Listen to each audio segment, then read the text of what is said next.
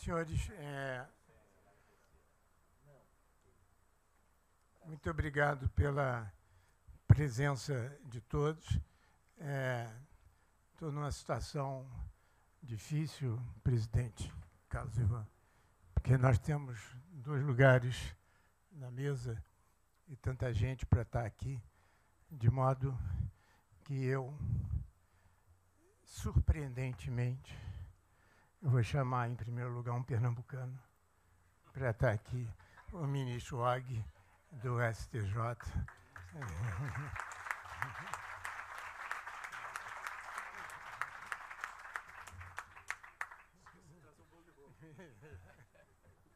Ele promete depois bolo de rolo a granel para todos que estejam aqui. E vamos chamar o Merval Pereira como representante da...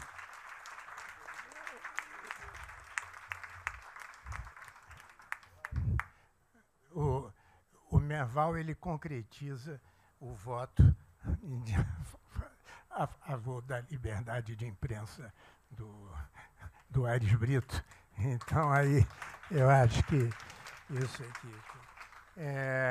junto com alguns colegas da FGV, com Shimura, Maria Tereza, Oscar, eu, e com o apoio do Carlos Ivan, o ano passado, nós criamos um prêmio FGV de Direitos Humanos, né? Esse prêmio foi outorgado da primeira vez a Paulo Sérgio Pinheiro, que está aqui, que eu peço que se levante para receber os aplausos de todos. E essa é a história aqui. Esse ano é um ano que continua difícil para o Brasil, e a serenidade, a tranquilidade, a determinação de Carlos Aires Brito o fez o vencedor natural desse prêmio. Então, nós estamos aqui hoje para entregar esse prêmio ao ministro Carlos Aires Brito. Desnecessário dizer que é nordestino. E a solenidade vai ser uma solenidade simples. O Carlos Ivan vai abrir, nosso presidente. Depois, o Oscar, que é nosso parceiro da Escola de São Paulo,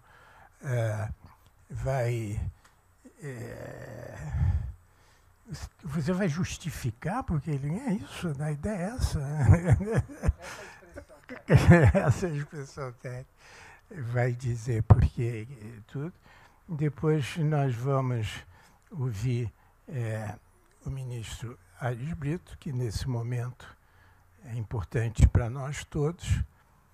Entregamos o prêmio e saímos todos felizes daqui. De modo que Carlos Ivan, depois Oscar, Brito e o prêmio.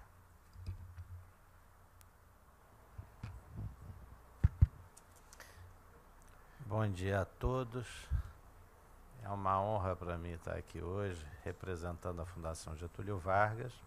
Eu gostaria de saudar a todos, na pessoa do próprio ministro, que vai ser homenageado aqui, o ministro Carlos Aires Brito, que dispensa apresentações, porque durante anos nós ouvimos todo dia nos jornais, dando decisões acertadas, interpretando a lei, interpretando também, se me permite a licença, o espírito nacional, o desejo do espírito nacional, muito bem. E eu queria aproveitar essa introdução apenas para ressaltar a importância com que nós vemos esse prêmio. A Fundação Getúlio Vargas, ela é uma entidade grande,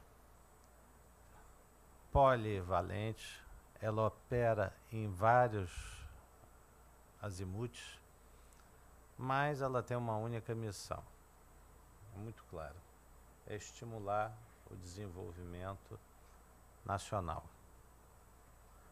As pessoas, quando eu falo de desenvolvimento, estão pensando que eu estou falando, tendem a interpretar que eu estou falando apenas no desenvolvimento das indústrias brasileiras, da economia brasileira. Não.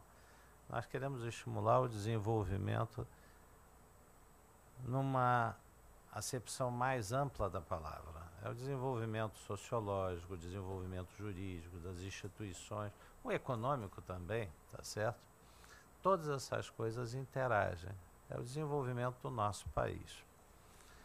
O Brasil é um país que precisa trabalhar muitas coisas muito bem. Eu estava dizendo, ministro, antes de nós virmos para cá, que eu acho que ainda nós estamos caminhando para a nossa democracia. Não adianta querer copiar, embora a gente possa se inspirar em muitas ideias, não adianta querer copiar simplesmente, sem pensar, o que foi feito em outros países, em outros lugares do mundo, porque às vezes a sociologia, a situação econômica, as condições subjacentes são completamente diferentes. Então nós temos que viver com esse contínuo cotejamento de realidades, de raciocínios, e nesse processo a gente vai evoluindo. Nós na Fundação criamos um prêmio, e esse prêmio em particular, para ressaltar alguma coisa que houve uma evolução ou uma pessoa que fez uma evolução numa determinada área. No caso, nos direitos humanos, nós achamos que essa é uma área crucial no Brasil para haver maior equilíbrio na sociedade. Não estamos tratando aqui com aquela velha filosofia, aquele velho costume brasileiro de falar, entender em direitos adquiridos. Não, que nunca se diz contra quem eles foram adquiridos. Nós estamos falando de um equilíbrio maior. O que é o direito de uma pessoa de orientação sexual divergente da maioria? O que é o direito de um preso? Mas o que é o meu direito também de ir e vir na rua e ter a minha segurança? Todas essas coisas interagem. E nós, como sociedade, nós precisamos não só evoluir como nas nossas concepções, mas discutindo mais, tendo mais julgamentos, tendo mais as coisas levadas aos tribunais, discutidas, arbitradas dentro de um processo legal maduro, mas também nós precisamos difundir essas coisas mais. Os conceitos, as leis, eles valem também pelo que se conhece deles, pelo que se acha deles. Se ninguém souber que é proibido matar, não adianta nada, tá certo? As pessoas vão continuar matando. Se você não souber que há punição à corrupção, a corrupção vai continuar. Você tem que ter a difusão, nisso a imprensa cumpre um papel importantíssimo, e você tem que ter esse percolamento e o amadurecimento das ideias à medida que elas vão percolando. Por causa disso, nós escolhemos os prêmios com essa visão. O time aqui, selecionado pela Escola de Direito, oferece o prêmio de Direitos Humanos, tendo um enfoque dessa área. Como eu queria enfatizar, extremamente importante. Nós estamos agora, a escola irmã da Escola de Direito aqui do Rio, a nossa escola de São Paulo, dirigida pelo professor Oscar, estará soltando um livro educativo sobre direitos humanos. Obviamente não vai abranger tudo que se ensina sobre direitos humanos, o que se deve saber, mas é a ideia de que você tem que ensinar aos jovens de 15, 16 anos, é daí que começa. É o nosso esforço, a nossa contribuição. E nessa contribuição nós temos esse ano, repetindo o ano passado, nós temos o privilégio de homenagear uma pessoa que, a nosso ver, trabalhou intensamente por isso, naquele tipo de trabalho que nós achamos que é o trabalho correto.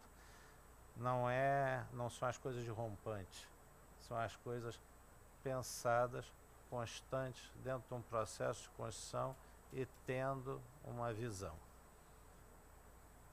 Visões evoluem ao longo do tempo, elas têm que evoluir. Elas se adaptam à sociologia da sociedade no momento. Mas é importante que haja certas cristalizações, certos momentos de condensação das ideias. E essa condensação, ela pode ser feita no nosso sistema legal, pelo legislativo, ou no nosso sistema judiciário. E se elas são realmente importantes, elas serão feitas no Supremo Tribunal Federal. Nós temos, infelizmente por construção, me perdoem a crítica, o Supremo discutindo muito assunto que não deveria de discutir. Mas, recentemente, e sobre a gestão do ministro Aires, isso foi uma característica, as questões realmente importantes, aquelas que tratam da condensação de assuntos, foram abordadas, começaram a ser abordadas, e esse processo foi, na medida que é possível, porque hoje você tem uma outra vertente, uma vertente mais policial sendo levada ao Supremo, na medida do possível, essas coisas passaram a estar dentro do pensamento brasileiro. E elas estão da forma correta. Não são a partir da vontade de um ditador onisciente ou de um auto-intitulado sábio que sabe tudo, mas sim desse processo judiciário, onde as vontades vão se manifestando, as diferenças de opinião vão se manifestando e você chega aos momentos de discernimento. Isso é que é importante notar.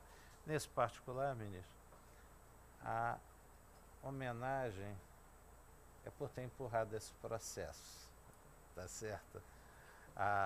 Eu estou dizendo isso da minha boca, não sei se o Joaquim concorda com essa visão. Pois é, e a coisa vai andando na direção da gente ter mais e mais. Não, cada um de nós tem sua opinião sobre cada assunto.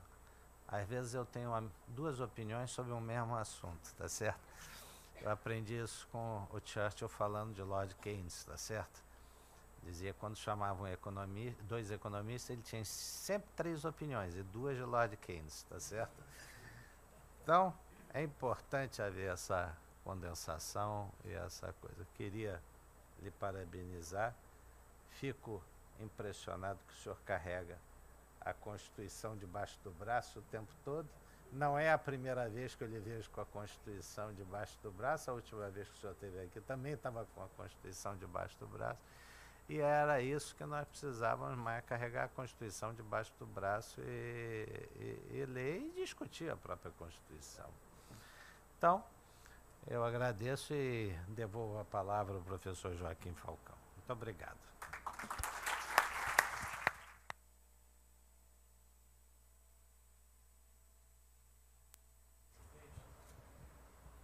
Presidente, nós estamos aqui também com outro ministro do STJ, doutor Paulo Moura Ribeiro. Eu não sei se o senhor se incomodaria de sentir representado pelo OG. Esses paulistas são generosos com os pernambucanos. De modo que o senhor, por favor, se sinta lá representado aqui por nós todos, mesmo porque está faltando um lugar ali. E como eu faço sempre, esse lugar é de um aluno. E Tatiana Murta, por favor, está aí, Tatiana. É primeiro lugar no vestibular que está entrando agora, de modo que eu acho que...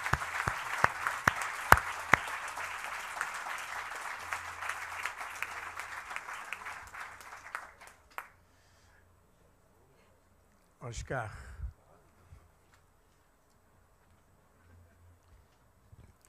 Bom dia a todas, a todos. É um enorme prazer, realmente um privilégio estar aqui com todos vocês, e especialmente com o nosso homenageado, o querido ministro Carlos Aires Brito. O Joaquim falou em justificativa para essa premiação, e eu imediatamente lembrei das minhas aulas com o meu querido professor Paulo Sérgio Pinheiro, que logo me passou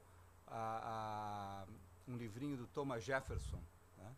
E o Thomas Jefferson, que fez a Declaração de Direitos da Virgínia, tem uma frase sensacional: há certas verdades que são autoevidentes, né? E entre elas se encontram os direitos humanos. E da mesma medida, é autoevidente por que nós homenageamos Carlos Aires Brito. Ele representou no Supremo Tribunal Federal, e a sua figura ainda representa a luta por esses direitos, a reafirmação desses direitos, o compromisso com esses direitos. Então não me cabe muito aqui fazer qualquer justificativa. Todos nós sabemos por que estamos aqui e todos nós queremos estar aqui para essa homenagem, né? No entanto, como parece que há um almoço depois, eu tenho que fazer a homenagem, senão o Joaquim vai me negar o ticket refeição. Esse prêmio surgiu, sobretudo, de uma necessidade, num momento conturbado como nós vivemos, de reafirmar o nosso compromisso. E essa foi, com muita clareza, a deliberação do presidente Carlos Ivan, né? Não só ao criar o prêmio, mas ao criar essas duas escolas. Quando elas foram criadas, existia mais de 1000 escolas no Brasil. E podia se perguntar, por que então criar mais duas? E a resposta sempre foi uma resposta razoavelmente clara e direta. Nós precisamos conceber duas escolas que contribuam para o desenvolvimento da sociedade brasileira, que contribuam para a modernização do ensino e da pesquisa do direito. No entanto, essas escolas precisam ter um ethos, elas precisam ter algum tipo de objetivo teleológico. E ele estava diretamente ligado à democracia e à reafirmação dos direitos humanos. Então, hoje, nós o escolhemos, em alguma medida, como símbolo da própria missão a qual nós nos auto-atribuímos e temos sido liderados pela muito clara posição do presidente Carlos Ivan. Então, é um privilégio estar aqui com todos vocês. Para mim é sempre um prazer estar com meu queridíssimo amigo Joaquim Falcão, com quem eu tenho aprendido muito, com quem eu tenho colaborado muito, e todos os outros professores aqui da Escola do Direito. Ministro, nós somos muito informais aqui na Fundação, por incrível que pareça. Essa é uma instituição que eu vim conhecer depois de adulto, e é uma das instituições mais informais que eu conheci. Então, farei uma homenagem igualmente informal. Eu andava, há alguns anos, por uma cidade fora do Brasil, e quando me deparei com um colega seu fazendo feira nessa cidade, né? Quando me viu, me fez uma saudação muito simpática, excessivamente simpática para a proximidade que nós tínhamos, e logo me convidou para jantar. Eu achei aquilo estranho, mas evidentemente atendi ao convite e fui jantar. Depois de algumas garrafas de vinho, veio a pergunta, né, para alguém que faz um pouco a história do Supremo. Afinal, quem foi o maior ministro do Supremo da minha geração? Né? A pergunta era de uma inapropriedade enorme, né? Porque a única resposta educada seria você, ministro, né? Mas, dada a impropriedade da pergunta, eu resolvi também ser impróprio e responder com toda a sinceridade que eu tinha. Falei, Carlos Aires Brito, para grande decepção do meu convívio, evidentemente que não me pagou o jantar depois dessa resposta, né? Veja, e a minha resposta, que eu sustento hoje publicamente, não se dá, poderia se dar até hoje, pela simpatia, pelo carinho que eu aprendi a ter pelo ministro Carlos Aires Brito, mas à época não. Eu talvez tenha encontrado, ele nunca deve se lembrar, uma ou duas vezes, eu assisti em conferências, mas eu era um jovem advogado, ele já um jurista consagrado, mas eu não tinha nenhuma amizade, nenhuma proximidade com Carlos Aires Brito. evidente, nós temos coisas que nos unem. Eu fui aluno dos mesmos professores que ele teve na PUC. Fui aluno de Celso Antônio, de Geraldo Ataliba. O seu orientador, Celso Bastos, foi o meu primeiro empregador, com quem eu fiz estágio.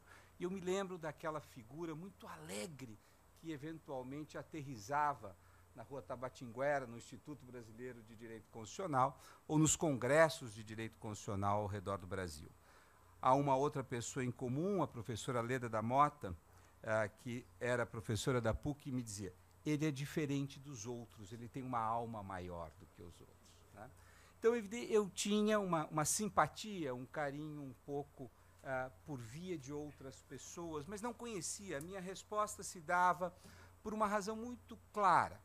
Carlos Aires Brito liderou a jurisprudência mais progressista de um Supremo Tribunal Federal que tem mais de 100 anos. Se houve uma época em que esse Supremo produziu uma verdadeira revolução de veludo numa sociedade hierarquizada, numa sociedade desigual, numa sociedade marcada pela violência, foi o período em que Carlos Aires Brito esteve na corte. Mas isso não é só uma coincidência temporal. Ele esteve na corte e exerceu uma enorme liderança para que a corte fizesse essa revolução. E quando eu digo liderança, eu tenho em mente 3 características da liderança que ele estabeleceu. Em primeiro lugar, uma liderança intelectual. Tá? Nós, e Joaquim e eu, temos batido muito nessa tecla, né? Nós não formamos operadores de direito, nós formamos arquitetos de soluções jurídicas para problemas complexos que afetam a nossa sociedade. E Carlos Aires foi capaz de, em cada uma dessas questões, conceber soluções dotadas de equidade, soluções dotadas de tecnicidade, mas soluções que, de fato, permitiram ao Brasil dar um passo além daquilo aonde ele se encontrava. E se uma Constituição faz algum sentido, é porque uma Constituição se contrapõe aos problemas que a sociedade tem. Fazer uma Constituição que seja uma cópia da sociedade é fazer uma Constituição inútil. A Constituição tem que ser melhor do que a sociedade, porque ela canaliza a nossa energia de transformação dessa sociedade. E Carlos Aires foi capaz, em cada um desses casos, eu vou mencionar alguns deles aqui, de oferecer essa solução, de oferecer tecnicamente uma solução que nos permitisse superar as principais dificuldades que nós tínhamos. Mas ele também exerceu um outro tipo de liderança, que é a liderança de natureza moral. Carlos Aires emprestou ao direito uma série de qualidades pessoais e deu um sentido ao modo como se interpretava aquela Constituição. Quando nós víamos as suas manifestações, nós tínhamos certeza que essas manifestações vinham, sobretudo, de uma condição de exercício de imparcialidade incomum nesse país, e incomum ainda mais vindo de um homem dotado da mais absoluta cordialidade. Carlos Aires é um paradoxo brasileiro. Ele talvez seja o brasileiro mais cordial que eu conheci, mas, ao mesmo tempo, mais imparcial com quem me deparei. Isso não é uma coisa trivial. E ele é assim. Ele exerceu essa liderança moral e, portanto, todos nós sabíamos, se ele estava indo naquela direção, aquilo era sincero, aquilo era fruto do melhor juízo que ele poderia fazer sobre como resolver esse caso. Mas ele teve ainda uma terceira forma de liderar o Supremo Tribunal Federal. E quando discutimos relatoria, quem será o relator, os sorteios, ficamos muito assustados com isso. Eu me lembro também, e aí peço o testemunho do meu querido Paulo Sérgio, que me alertou para um juiz americano, né, chamado Warren, que, quando teve que tomar a decisão sobre o caso da dessegregação das escolas, transferiu para um ministro do Supremo fazer a relatoria. Quando ele viu o primeiro relatório, ele falou: não, esse relatório não levará a nenhum lugar. Vou dar a um outro ministro, né, a função de fazer essa relatoria. Isso não acontece no Supremo, a não ser excepcionalmente, como nós aprendemos, mas é fundamental que o ministro do Supremo não seja um poço de vaidade onde ele busca expor a sua doutrina sobre o direito para demonstrar uma eventual superioridade intelectual sobre os outros. O ministro do Supremo é aquele que consegue confeccionar com os seus 10 colegas a decisão que melhor sirva ao país. E Carlos Aires Brito exerceu essa capacidade de tecelão da corte de uma maneira que, pelo que eu me lembro, nenhum outro ministro jamais fez. Essa sua docilidade, essa sua simpatia genuína, ele foi capaz de levar a corte a sair do seu isolamento de cada um dos seus gabinetes, das 11 ilhas, como se diz hoje, para construir um período de uma verdadeira corte. Então, essa tripla liderança é que lhe dá, ao meu ver, ao meu juízo, esse papel do grande juiz desse período que nós tivemos no Supremo Tribunal Federal. E quais foram esses casos? Eu acho que falo muito para a geração dos que chegam aqui a essa escola agora. Ele relatou nada mais do que o caso da união homoafetiva, o caso da anencefalia, o caso das células-tronco, que simplesmente recolocou a discussão da dignidade humana no seu devido lugar. Aqui serve a dignidade humana como princípio, que não meramente retórico. Foi o algoritmo. O algoritmo moral do Supremo Tribunal Federal. Ele foi capaz de reinventar uma coisa que o professor Carlos Ivan sempre coloca isso, de um país que não tem liberais. Tá? Liberais de verdade, que no momento de tomar uma decisão sobre liberdade de expressão, é capaz de defender, inclusive, aquela opinião da qual discorda profundamente. Foi assim no caso Elvang. Tá? Foi assim no caso da lei de imprensa, foi assim no caso do humor na televisão. Carlos Aires, ele é uma espécie de juiz black da nossa Suprema Corte no que diz respeito à liberdade de expressão. Se vocês querem falar algo inapropriado, contem com a defesa do ministro Carlos Aires. Não porque concordará com vocês, mas porque defenderá até o último momento a liberdade de que uma sociedade possa se autocriticar, se autoironizar, de que uma sociedade tem que ter um grau de tolerância, inclusive com a ofensa. Isto é da natureza das democracias contemporâneas, das democracias que não se deixam estabilizar e estagnar. Carlos Aires também teve uma jurisprudência riquíssima do ponto de vista do reconhecimento dos novos direitos, quando liderou o Supremo na defesa da Lei Maria da Penha, quando liderou o Supremo na discussão sobre os direitos indígenas, no caso Raposa Serra do Sol. Tá? Carlos Aires também teve decisões importantes na parte previdenciária. E mesmo quando perdeu, estava certo. Mesmo quando discutiu, quando foi voto vencido no caso da anistia, ele estava do lado correto dessa equação. Mas não foi só essa linhagem impressionante de casos que ele liderou no Supremo. Carlos Aires também teve um papel importante em liderar casos de defesa da democracia e casos que se degladiaram contra o patrimonialismo brasileiro. Cito dois, a lei da ficha limpa e o caso do nepotismo. Né? Isso para não dizer o caso da ação penal 470, o chamado julgamento do mensalão, onde a arquitetura e a liderança, aí como presidente do tribunal, foi quem permitiu que, no momento de grande fragmentação e talvez a crise política maior que nós tenhamos vivido, o Supremo tenha saído íntegro daquele julgamento com uma decisão dura que fez com que a lei, talvez pela primeira vez, tivesse um padrão de equidade que nós não conhecemos no Brasil. Né? E quando ele é colocado, talvez também seja uma das pessoas menos cabotinas que eu conheci, sobre isso ele fala, eu não fiz nada, foi tudo a Constituição.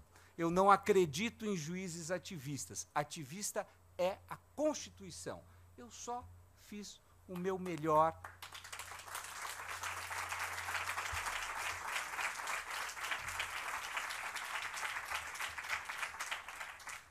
Eu só fiz o meu melhor para dar vida àquilo que foi estabelecido a Constituição. Ministro Carlos Aires Brito, a sua jurisprudência, a sua liderança, os seus exemplos permitiram, e aí volto ao que disse o presidente Carlos Ivan, que essa sociedade se transformasse numa sociedade um pouco mais democrática, um pouco mais justa do que aquela que precedeu a Constituição de 1988. Nós vivemos tempos de enorme refluxo democrático, não só no Brasil, mas ao redor do mundo. Tá? Se nós tivemos uma terceira onda democratizante a partir dos anos 80, nós temos hoje, em diversas regiões do mundo, uma onda regressiva em relação à democracia. Então, a homenagem que hoje nós lhe fazemos é, sobretudo, uma tentativa de demonstrar que o tipo de trajetória que o senhor teve, que o tipo de compromisso que o senhor teve, são compromissos que devem ser valorados, são os compromissos que nos permitirão sair dessa borrasca de uma maneira mais adequada, de uma maneira... E hoje o senhor falava que a democracia não ganha por nocaute, ela ganha por pontos. O senhor é um boxeador da democracia fabuloso, e nós queremos saudar esse seu compromisso incansável com a democracia. E essa homenagem também tem algo de pouco altruísta, mas essa homenagem serve para que nós simbolizemos para os jovens que chegam a essas escolas de que há padrões a ser seguidos. Nós estamos lhe trazendo aqui como exemplo dos padrões a ser seguidos. Dos dramas enormes de diretores de instituições de ensino é que eles se vangloriam enormemente do sucesso das suas escolas. Né? Todas as vezes que olham os diretores de empresas, os ministros do Supremo, os presidentes da República que passaram pelos seus bancos escolares. Mas eles nunca esquecem, eles sempre esquecem de se envergonhar toda vez que esses fazem alguma coisa errada, né, nesses bancos que se sentam. Né? Portanto, é fundamental que nós demonstremos que o nosso compromisso são com valores como esses que fizeram da sua vida, né, essa vida que passa pelo Rio São Francisco, pelas pequenas comarcas do interior do Sergipe, né, que fruto de um pai poeta e jurista, mas de uma mãe baiana, e cantora e cozinheira, né, que lhe deram essa alma generosa e que fizeram com que a sua capacidade jurídica fosse capaz de instrumentalizar essa generosidade em favor do povo brasileiro. Muito obrigado e parabéns.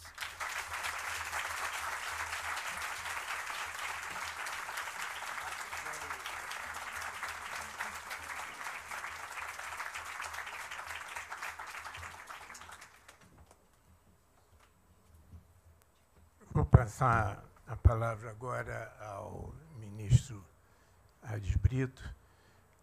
Ministro, nós temos aqui na sala nossos companheiros, mas é também o primeiro dia da nova turma de Direito que entra nessa faculdade. E é com muita alegria que eu digo que, pelos índices, deve ser a melhor turma que já passou por essa faculdade. De modo que vocês têm muita responsabilidade nisso. Eu estava lendo, antes de passar a palavra ao Oscar, mestre, que nos disse muito bem sobre você, e se você me permite chamar de você, e eu estava pensando uma frase que eu li e que justifica, eu acho, essa sua atitude sempre firme, sempre a favor. Acho que terminou com a palavra povo brasileiro. Né? Tem uma... Não sei se o senhor vai gostar, não. Porque a frase que eu li é a frase seguinte: antes de ler a Constituição, a gente tem que ler o Brasil. E isso o senhor faz com extrema competência. O senhor não lê a Constituição sem deixar de ler o Brasil. E essa sintonia entre as duas leituras é que lhe faz tão grande.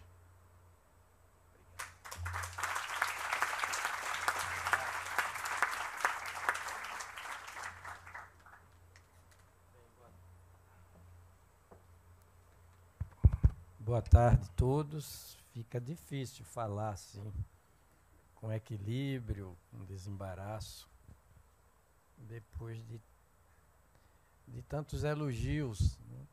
Tantas demonstrações de carinho, de apreço. Eu, quando tomo vinho, eu vou ficando... Gosto muito de vinho, mas à medida que vou avançando na taça, ou nas taças, não passo de 2.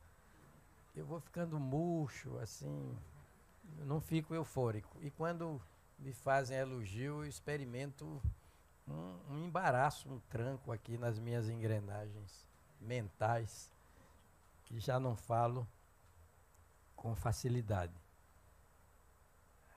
Eu estou ladeado aqui por pessoas que nem se dão a fraqueza de pensar por ideias, porque pensam por ideais. São encarnações, cada um encarna um ideal de liberdade, de igualdade, de fraternidade. As ideias vêm a reboque desses ideais. Caso do presidente Carlos Ivan, não é, com quem tive a oportunidade de conversar há pouco, na sala da presidência, justamente, ainda que por poucos minutos, mas que visão holística, esférica das coisas tem o presidente. O mesmo eu digo de Merval Pereira, que teve que sair, eu percebi há pouco, notável jornalista brasileiro, me deu a honra de prefaciar um dos livros dele. O mesmo eu digo de Og Fernandes. Og Fernandes é o ministro paradigmático, emblemático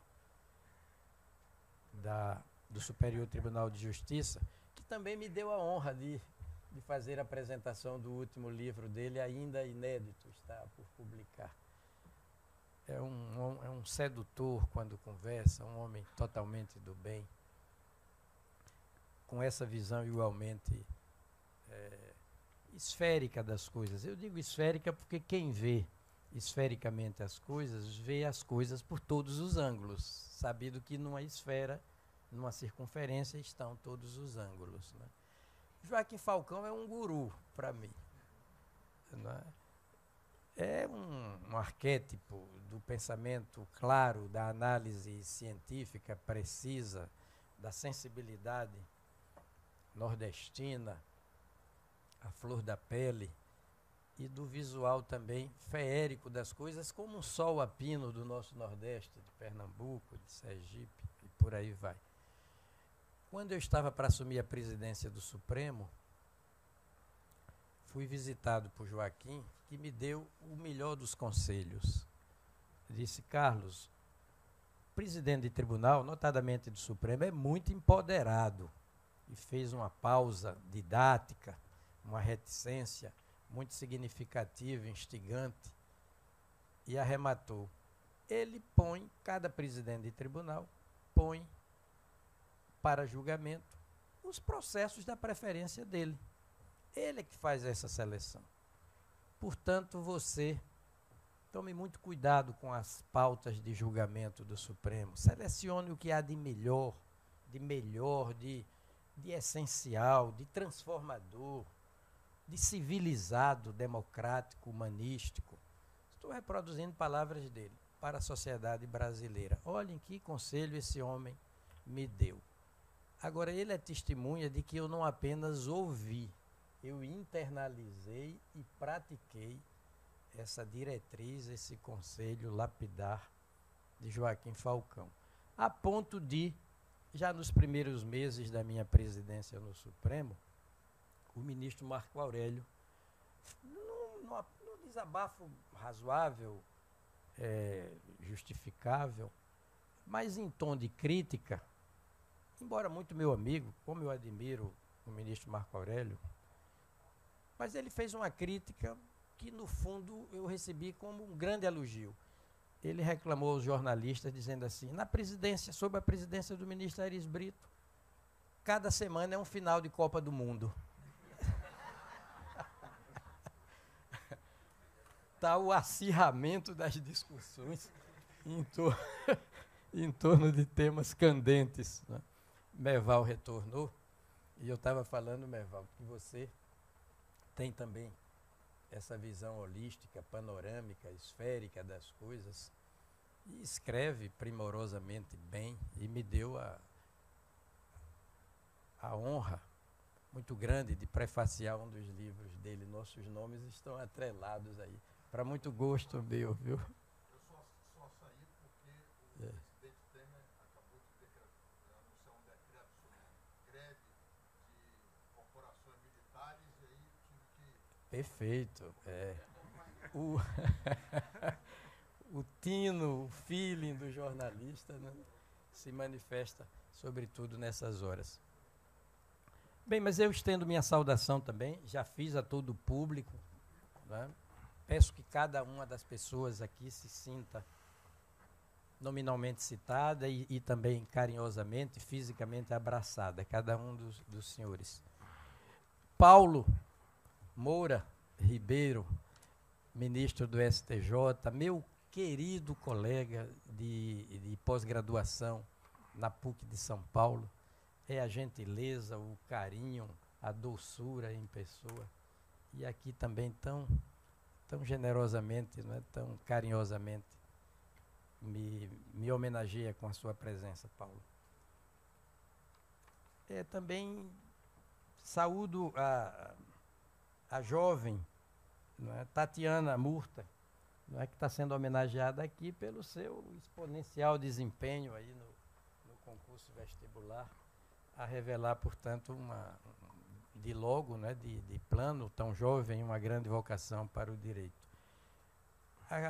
O querido amigo Beto Vasconcelos, outro jurista primoroso, a quem admiro e quero bem, a presidente do Instituto Palavra Aberta, Patrícia Blanco, amiga também, aqui do lado mais aconchegante do coração, né?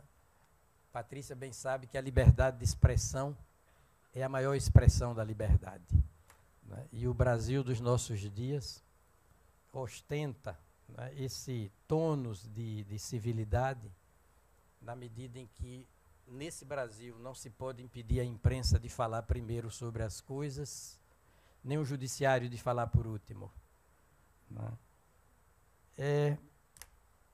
Paulo Sérgio Pinheiro, né, emblema, né, também paradigma, arquétipo, cientista político da USP, primoroso escritor, e que recebeu com toda a justiça deste mundo o primeiro prêmio FGV de Direitos Humanos. Sequenciá-lo na premiação, Paulo, é por si mesmo, né, é em si uma grande honra para mim. Receba minhas homenagens sinceras. Bem, falta aqui na plateia, na mesa de trabalhos, acho que homenagear, citar esse homem prometido ao Supremo Tribunal Federal.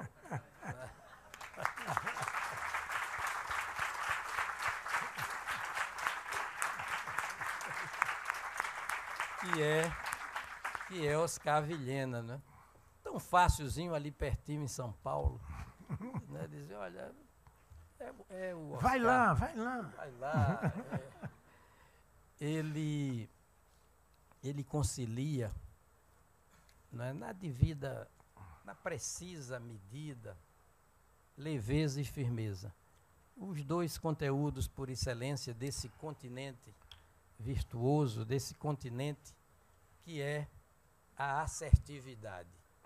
Ele é assertivo pelo que interessa da assertividade, conteudisticamente, me permita o neologismo, porque ele é leve e é firme. É um cientista do direito, né? É um analista do cotidiano, né? Como Joaquim, Merval, né? Pinça a nervura do real com habilidade e precisão do mais experimentado e vocacionado cirurgião. Quando Oscar fala, há momentos que são verdadeiros clarões de consciência em que ele, com toda a facilidade desse mundo, fisga o absoluto. O absoluto como ponto de unidade entre o infinito e a eternidade. Me emocionei muito, viu, por me saber assim, tão bem conceituado, tão bem avaliado por você, viu, Oscar? Bem,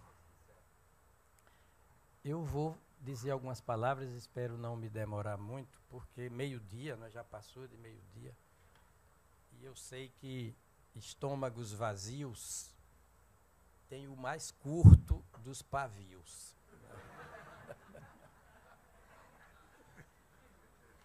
Rita, minha mulher, Vivi, Falcão, meu abraço. Senhores, por efeito deste sumamente honroso prêmio FGV de Direitos Humanos, que me é conferido pelas egrégias faculdades de Direito das cidades do Rio de Janeiro e de São Paulo, sinto-me em estado de bem-aventurança. Estado de bem-aventurança no plano da consciência. Estado de graça no plano do espírito. Essas duas únicas possibilidades, a da consciência e a do espírito, de o ser humano justificar a si mesmo como superlativo espécime em todo o reino animal, como espécime biopsíquico e anímico insimilar em qualidade. Aspas, a medida de todas as coisas. O homem é a medida de todas as coisas. Na presciente fala de Protágoras, 480, 415 a.C. O ponto máximo do evolucionismo darwinista, a obra-prima do criacionismo de matriz naturalmente deísta. Explico mais alongadamente. Falo de espírito como expressão de um tipo de transcendência, a que vai do terreno para o supraterreno. Logo, trajetória que principia com esta nossa esfera de vida e se abre para uma outra de estatura divina ou sobrenatural.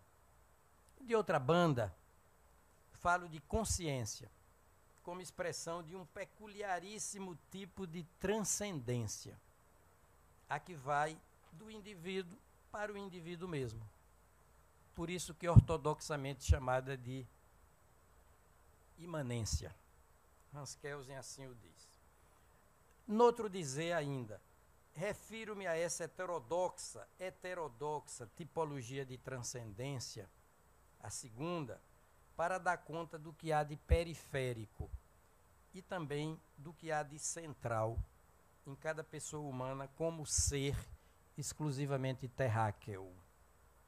Daqui mesmo, daqui deste mundo de aquém-túmulo, Guimarães Rosa, para esta mesma esfera profana de vida.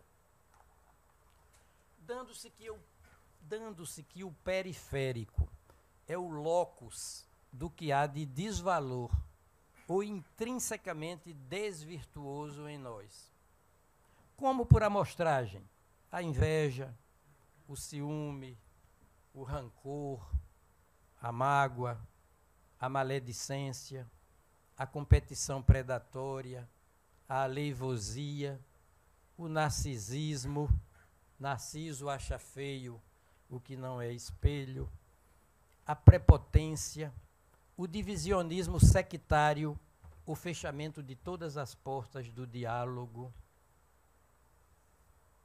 a antieticidade de todo gênero, antieticidade, perpetrada pelo Estado contra ele, deita raízes no terrífico mal do patrimonialismo.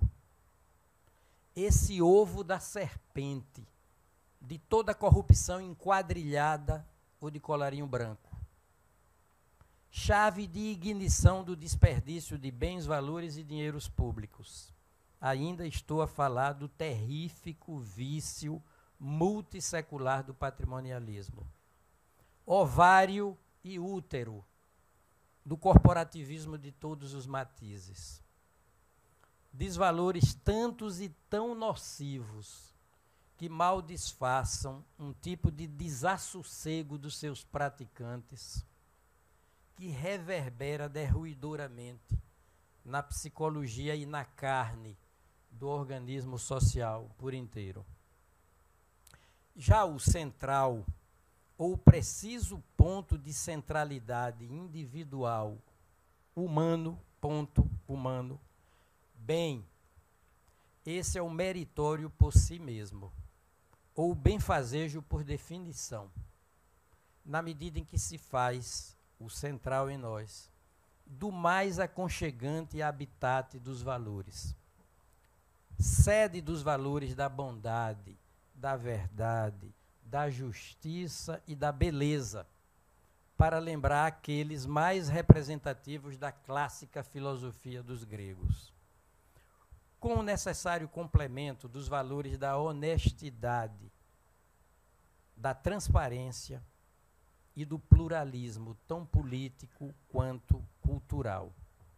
Todos eles dotados do condão de levar o seu individualizado cultor a um estado da mais alentada autoestima.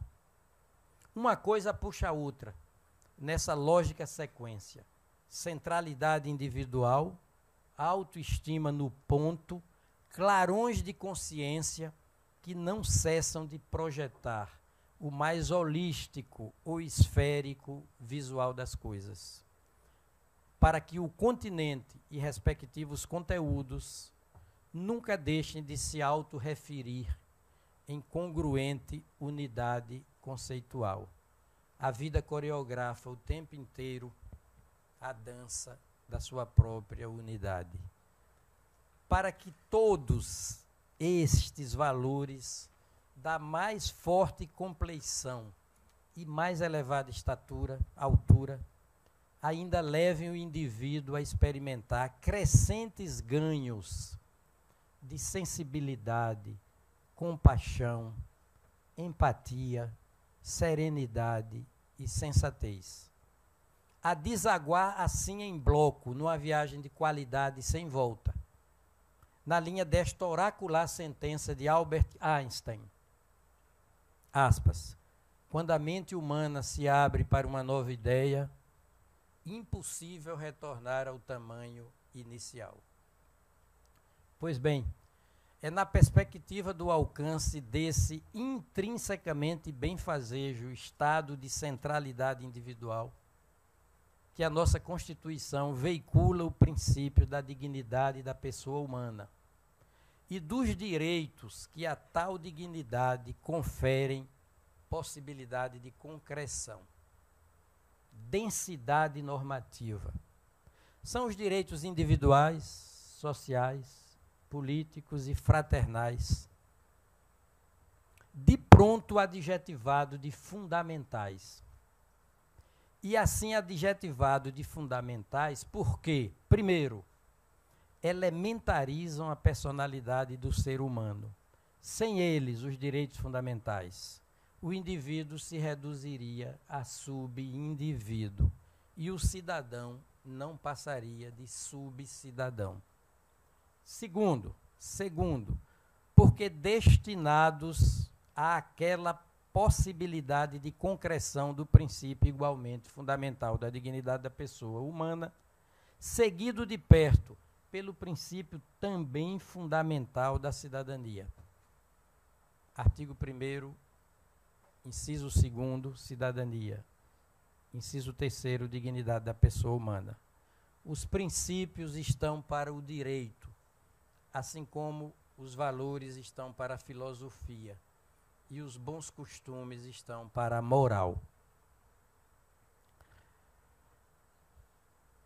Direitos fundamentais, em suma, que se iniciam com a vida humana em sentido biopsíquico e anímico, porém, em condições de liberdade, igualdade, segurança e propriedade, sobretudo. Há mais o que dizer, pois esse encarecido estado de centralidade individual também se faz necessário no plano coletivo. Centralidade que muda de nome para se chamar de coesão social. Mas uma coesão assentada na mesma ideia, força de valores ou princípios inatamente benfazejos.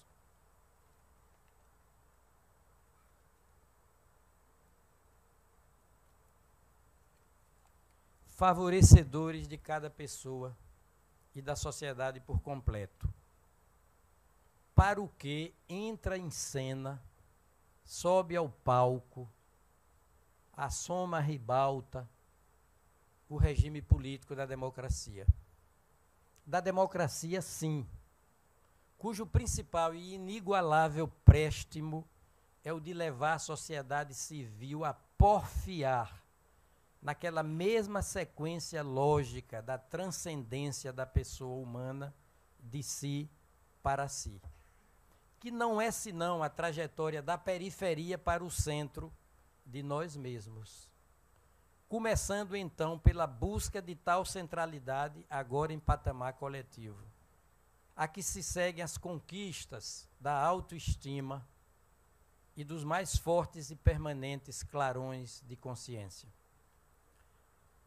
Tudo em dimensão verdadeiramente macro-social. Numa frase, é por mérito exclusivo da democracia que a sociedade passa a conceber um juízo de imprescindibilidade daqueles valores, princípios que asseguram a si própria, sociedade, uma vida civilizada. E uma vida com tal insígnia de civilizada porque humanista, porque libertária, porque igualitária. Sem o mínimo de bem-estar não se pode sequer servir a Deus. Santo Agostinho. Sabe lá o que é não ter e ter que ter para dar, Djavan. Por que sociedade fraternal, comunitária? Porque de tanto respeito por si mesma que já não admite retrocesso. A mente coletiva, enfim, a se abrir para ideias que só fazem confirmar o sábio prognóstico de Einstein. Agora, ainda mais enfaticamente repetido, porquanto se faz de retrato falado do Brasil dos nossos dias. E o digo alentadoramente, aspas, quando a mente humana se abre para uma nova ideia, impossível retornar ao tamanho inicial. Inflexão histórica de que a ação penal 470 é verdadeiramente representativa, sequenciada pela igualmente necessária e emblematicamente irreversível Operação Lava Jato.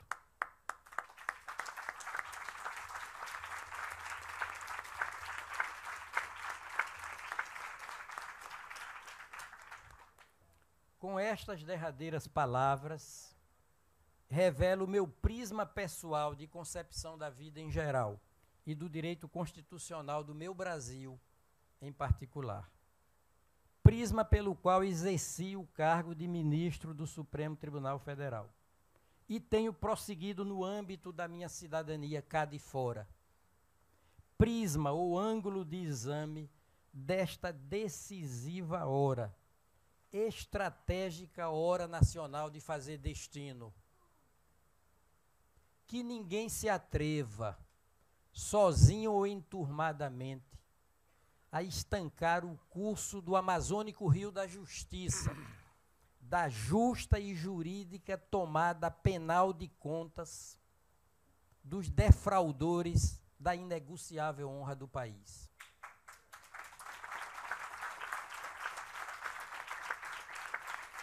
Dos defraudadores da inegociável honra do país, sem nenhuma preterição, óbvio, da garantia constitucional em que se traduz o devido processo legal substantivo. Derradeiras palavras, com que também profundamente agradeço a carinhosa presença de todos quantos aqui acorreram a esta solenidade.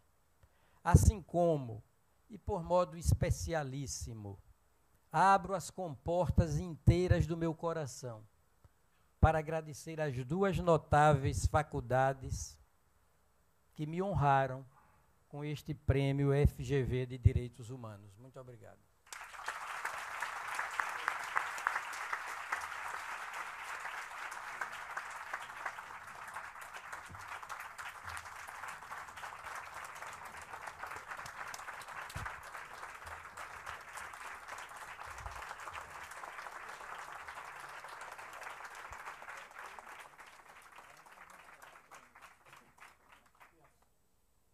Que Carlos Ivan, nosso presidente, passe o prêmio. Mas eu quero entregar com vocês dois também. Mais três aqui.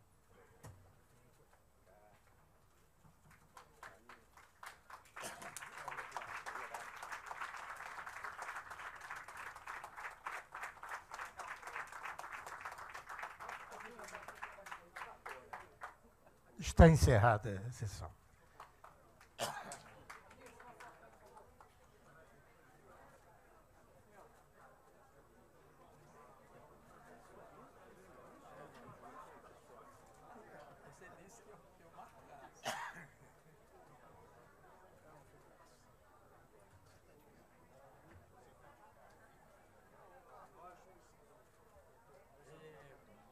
Obrigado a todos. Presidente, quanta honra, professor.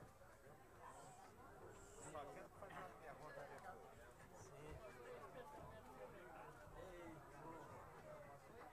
Gravei com a transcendência e Vanessa.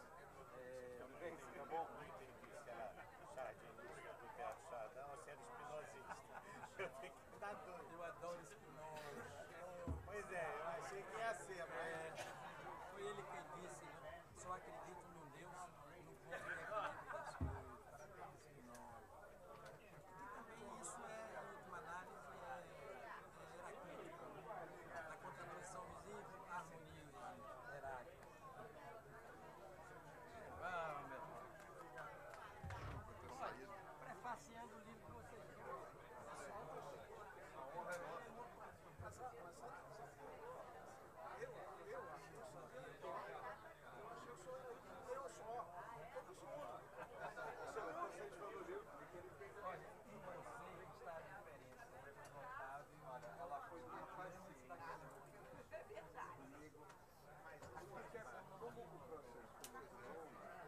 Eu resolvi no dia 14 de dezembro pegar o livro